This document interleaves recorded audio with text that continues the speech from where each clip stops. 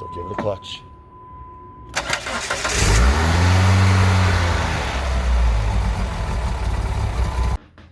All right, it's about 5:30 in the morning, and we're getting ready to hit the road here and head down to Roanoke, Virginia to pick up this car. I'm very excited about it. I can't wait. You can't tell by the smile. My nephew's coming with me, young Caden. He loves racing. He loves a lot to do with cars, and he has never even heard of this car before, and was very surprised whenever I introduced him to the history of it. And I don't know, he's very excited to go too. So we got my tow vehicle. Shout out to my buddy Chris for letting me borrow his truck and trailer, and we're gonna hit the road. We got a 6-hour drive, get this car loaded up, and hopefully get it back home today. Let's go have some fun. We are somewhere in Virginia. We just got off the highway. This is a fried bologna and cheese sandwich. Oh, really good. It was like $2 too. First off, we gotta appreciate the 24 valve. She's a noisy girl, but she did a 14-hour road trip yesterday, towing this trailer and bringing this car back, and ran flawlessly. A beautiful, beautiful truck. If you ever have your chance to get your hands on one of these, I highly, highly recommend it. I mean, a beautiful drive on the way down. Here she is. 1996 Dodge Neon ACR.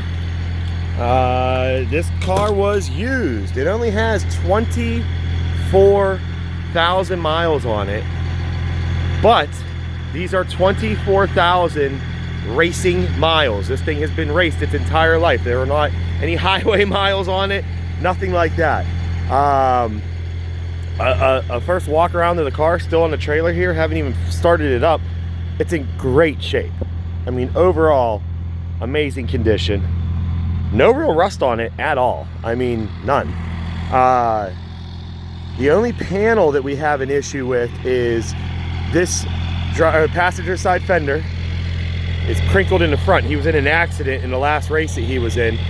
It messed up that fender and messed up the hood. I don't know if you can see the other side. The hood there is all smashed in. This is his old hood that he was running on it on the last race. How cool is that? So, what made the ACR special? You can always tell the ACR by it had the fog light bumper without fog lights in it. So it did not have any fog lights. I think that allowed for the air to get through it to cool the brakes. They had no side trim. And then the ACRs all came with a radio delete. So there's no radio in there. And no air conditioning. It had a factory air conditioning delete on it. They also had, for suspension wise, front and rear sway bars. They had Coney adjustable shocks. You could adjust all the dampening. Adjustable camber. They had larger front steering knuckles to be able to take more of the force from turning. They had a closer ratio gearbox for the 5-speed manual transmission, and a faster ratio steering wheel for better response out of the steering. So these cars were literally, like I said, built and designed for SCCA showroom stock class racing, for you to be able just to buy this car from a dealership. You'd have to put a roll cage in it. The only things you were allowed to change, you could add a roll cage, you could add a racing seat, and you could change out the steering wheel to make it a detachable steering wheel so you can get in and out of the thing. Other than that, this thing is bone stock. It still has a back seat in it. It still has carpet in it.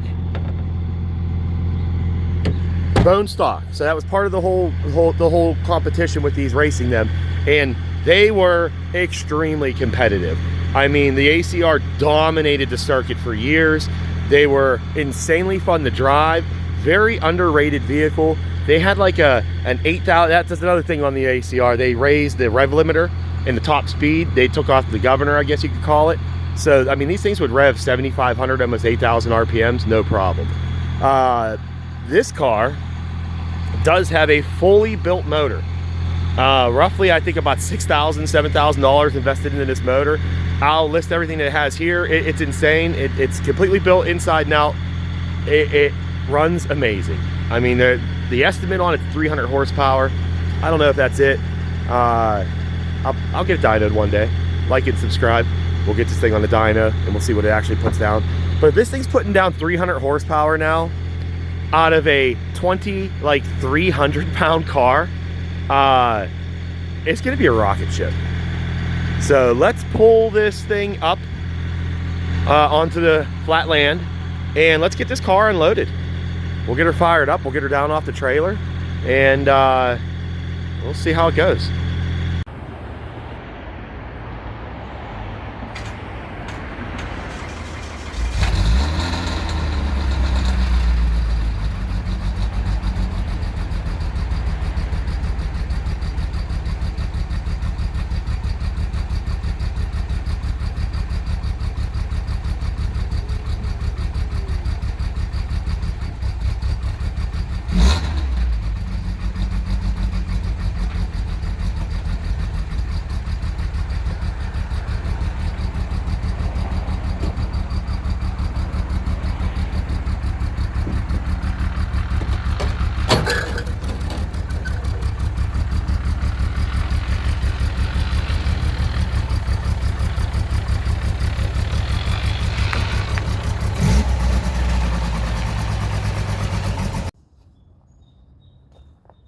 All right, let's jump right in and take a look at this beauty. I am beyond excited with this car. Like I said, this motor is fully built, has a ton of work to it. You can't really tell from the top, it looks pretty basic. But if you take a peek down below there, you'll see that deep sump oil pan, which holds, I think, 6 or 7 quarts now of oil. You got a adjustable cam gear on the side.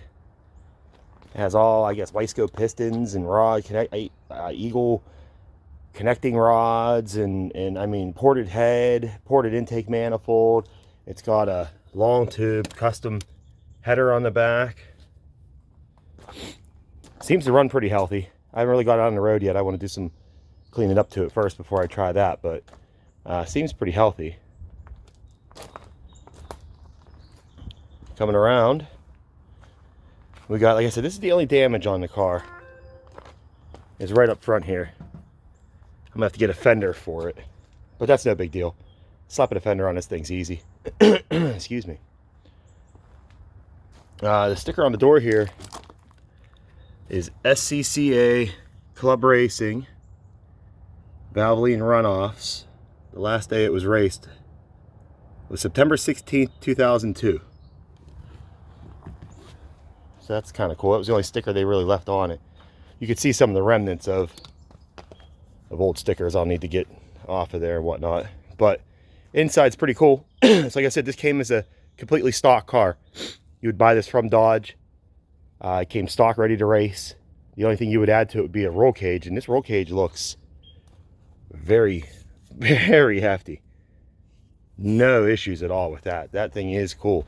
And the one cool thing about his cage that he had done differently, excuse me, my sinus has been hell.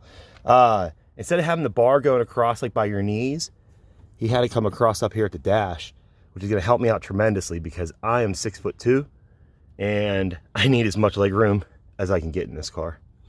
Factory ACR had a radio delete panel, so it did not come with a radio for weight savings. It also did not come with air conditioning for weight savings. At least that's what they said. Let's see if we can't get this dash to line back up a little bit better. Again, this thing's been raced hard. This is 24,000 miles only, but 24,000 miles of hard racing this car has been through. And overall, it is in very, very good condition. These are the tops of the adjustable conies. I did have to order the key for it. So there's a little key that goes on top of there, and then you have 3 different dampener settings for how stiff you want the suspension to be. I'd imagine right now it's on the stiffest setting. So maybe we can take it down a notch, maybe not. Maybe we'll leave it there. So you still got a back seat. You still got all your carpet inside. You still got a center console with some cup holders. Hell, You still got carpet in the trunk. Look at that. Take you to the track, take you to the dinner afterwards. He did include, I guess those are still mounted on there, a set of harnesses with all the rest of the harnesses there. A window net. This very cool blue racing seat from the 90s. Very high quality, man. Like, that thing is, I can't wait to scrub it up and get it looking good. And I need to drop this seat down. My main issue is I don't have a lot of headroom. I got a long torso. So right now I'm like basically looking at that top roll bar. So I need to drop down a little bit. We do have a detachable steering wheel. Let's see the steering wheel of choice. A pretty run-of-the-mill. Very nice feeling. It's got a good rubber grip to it.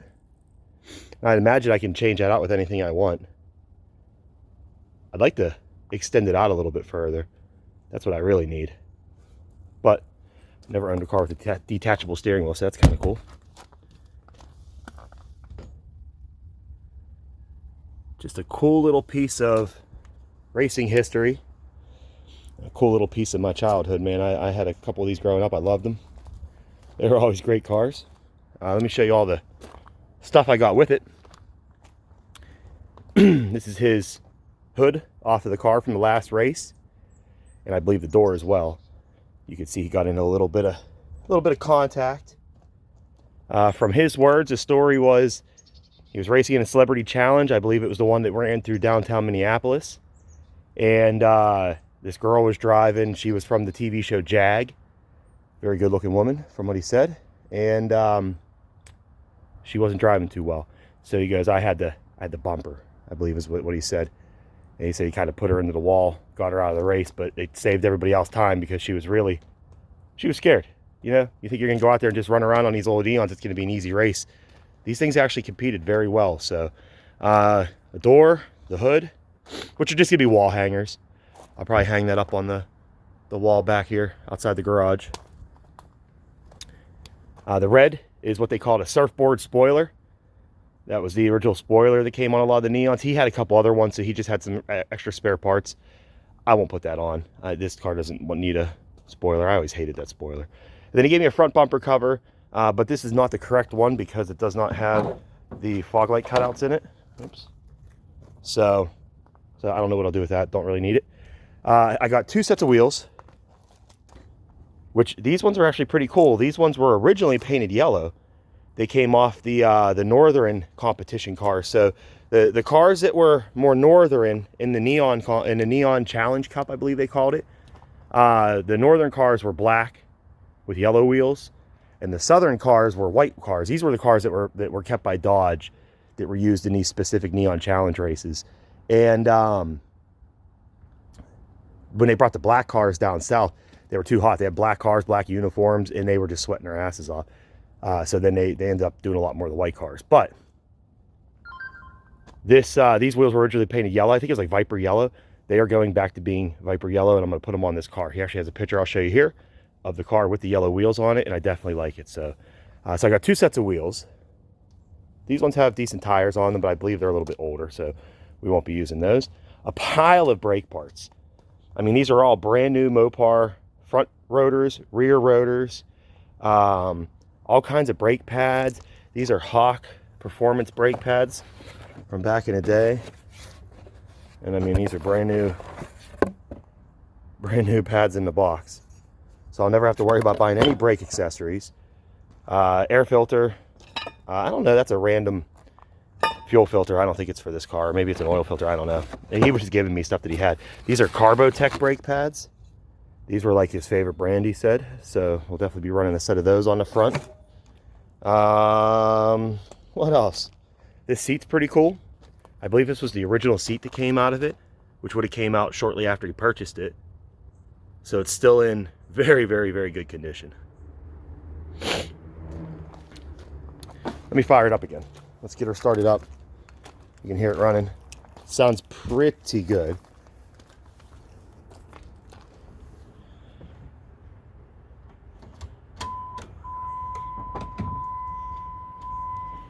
Still give it a clutch.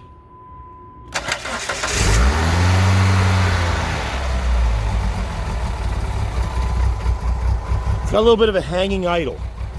I'm about to figure that out. But it did fully heat cycle. It warmed up. The fan kicked on the radiator, so no issues there, which is the most important part. But definitely has a little hanging idle. Like even when I give it some throttle, you hear how it stayed running up for a little bit there. It should just be a rum, rum. It should come right back down. So we got to try to figure that out. But overall, she's running pretty good.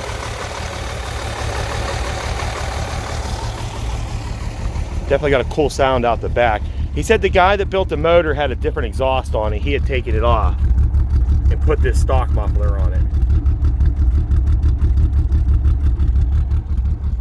We're gonna give her a bath, get her nice and cleaned up, and we're gonna get her ready to be stickered, because this car 100% needs a livery on it. Livery, how do you say it? Comment below. How do you pronounce that? I'm gonna buff out these headlights, see if they get cleaned up. If not, I'll get some new ones. I already ordered these gaskets for it to go around it. These are all crumbling and falling apart. Man, I'm like a little kid. This is a fun car. I can't wait to get it on the track. I think it's gonna be amazing on the track. And I hope you guys like it. It's a cool little piece of history. You don't see these anymore. They're going away, they're gone.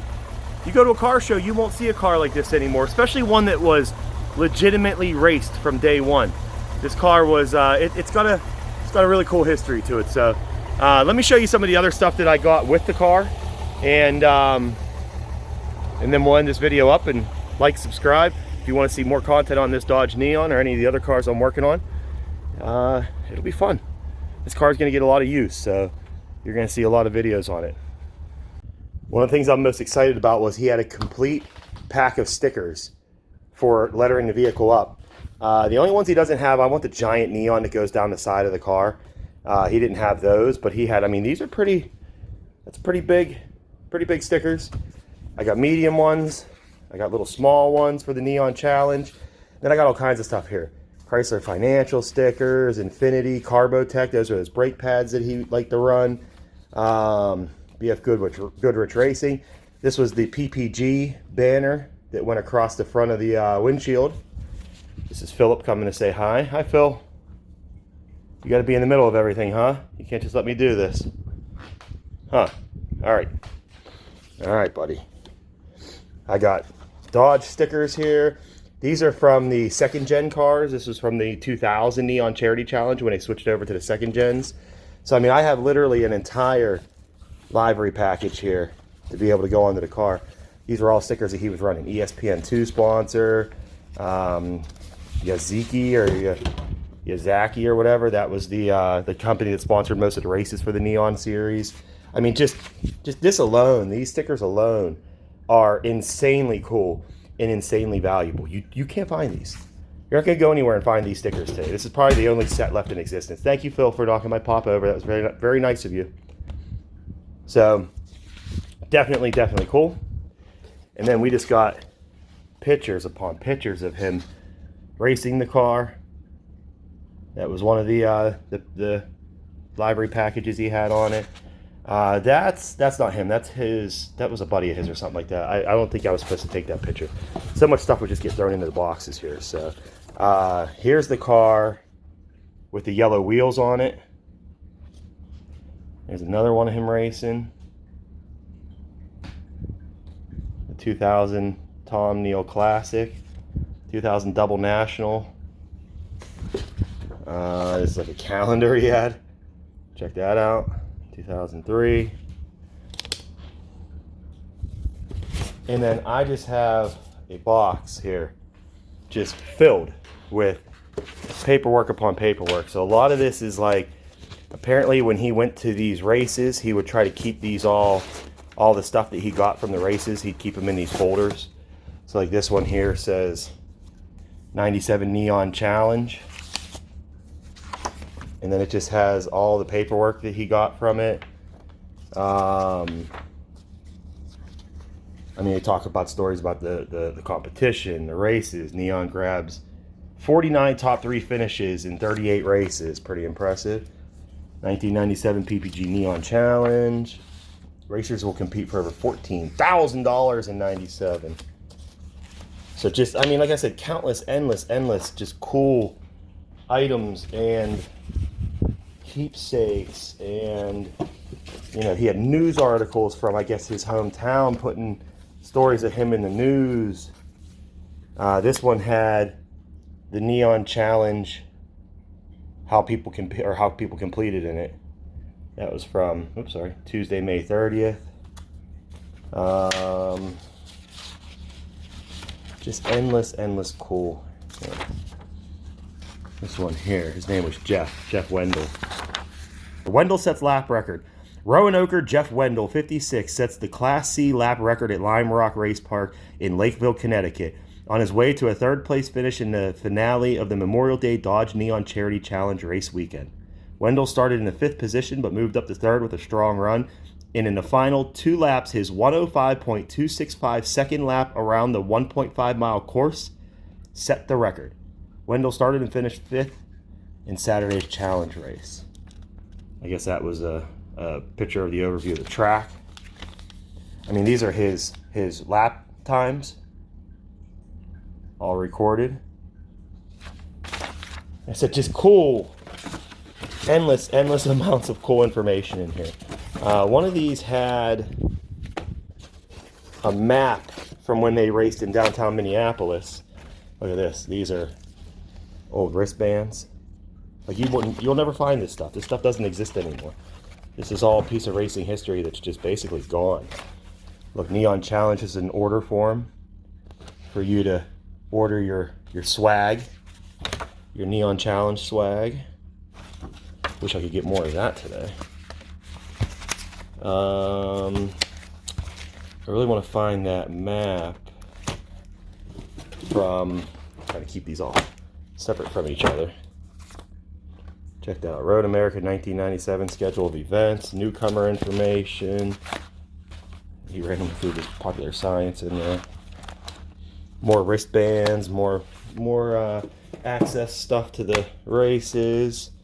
I mean, just endless cool stuff. Records from getting work done on the car. Neon racing. This is from the Gen 2, the 2000 charity event. Oh man, this one's got a lot in it. Ugh. Check this out. The 2000 sports car code book. We got passes, grandstand passes, a paddock pass from 1998. Got more news articles showing the Neons racing. Look at that one. And then this is pretty cool. The 1998 Pro Racing Regulations. Brand new book. It hasn't even been cracked. And I think this is that map. Yeah.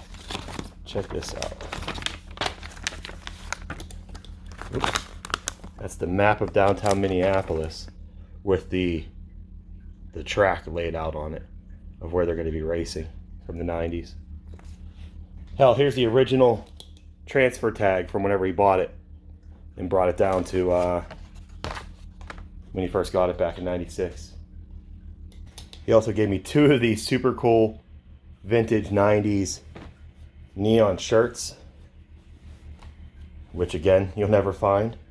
These were some of the 2000 challenge shirts, and a hat, and some other Dodge Neon hats. This is Bill Tracy. I think he was one of the ones that like headed up the, I don't know, the Neon Challenge program or something like that.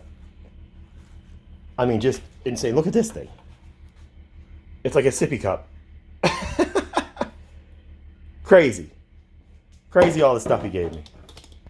That's it for now from me. If you want to see more of this very cool 1996 Dodge Neon ACR, as I get a cool decal livery package on it and I start taking it racing, I let my kids start racing it and all that stuff, please subscribe to the channel, KP Racing. We'll see you next time.